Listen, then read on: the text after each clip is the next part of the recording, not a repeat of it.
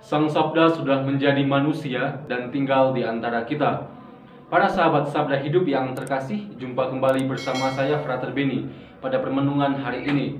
Pada hari ini kita akan bersama merenungkan Injil Tuhan dari Injil Lukas bab 11 ayat 14 sampai dengan ayat 23. Sekarang marilah kita siapkan hati dan pikiran kita untuk mendengarkan dan merenungkan Injil Tuhan.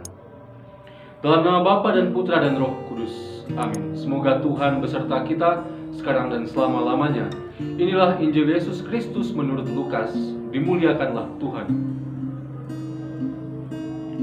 Sekali peristiwa, Yesus mengusir dari seorang suatu setan yang membisukan. Ketika setan itu keluar, orang bisu itu dapat berkata-kata. Maka heranlah orang banyak. Tetapi ada di antara mereka yang berkata, ia mengusir setan dengan kuasa Beelzebul, penghulu setan. Ada pula yang meminta suatu tanda dari surga kepada Yesus untuk mencobai dia. Tetapi Yesus mengetahui pikiran mereka, lalu berkata, setiap kerajaan yang terpecah-pecah pasti runtuh. Jikalau iblis itu terbagi-bagi dan melawan dirinya sendiri, bagaimanakah kerajaannya dapat bertahan? Sebab kamu berkata bahwa aku mengusir setan dengan kuasa Beelzebul.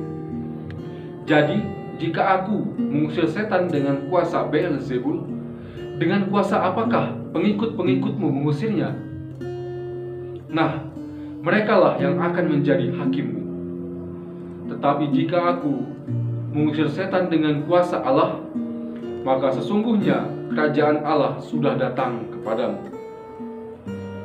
Apabila seorang yang kuat dan bersenjata lengkap menjaga rumahnya sendiri, maka amanlah segala miliknya. Tetapi jika seorang yang lebih kuat daripadanya menyerang dan mengalahkannya, maka orang itu akan merampas perlengkapan senjata yang diandalkannya dan akan membagi-bagikan rampasannya. Siapa tidak bersama aku, ia melawan aku. Dan siapa tidak mengumpulkan bersama aku, ia mencerai-beraikan. Demikianlah Injil Tuhan kita. Terpujilah Kristus. Para sahabat Sabda Hidup yang terkasih, ada beberapa hal yang kiranya dapat kita renungkan bersama dari Injil pada hari ini. Di bagian pertama dikatakan bahwa Yesus mengusir dari seseorang suatu setan yang membisukan. Ketika setan itu keluar, ya orang bisu itu bisa berkata-kata.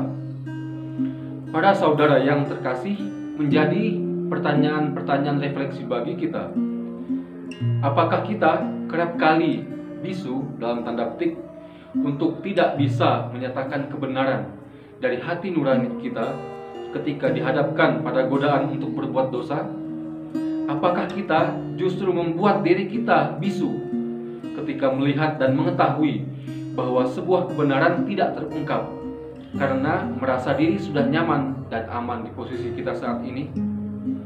Apakah kita kerap kali membisukan diri ketika melihat sesama berbuat hal yang tidak baik, lalu kita bersikap acuh karena tidak mau membebani diri sendiri dan mengusik kenyamanan orang lain? Ya, beberapa pertanyaan tadi bisa menjadi bahan refleksi kita di bagian pertama. Nah, kemudian hal yang kedua,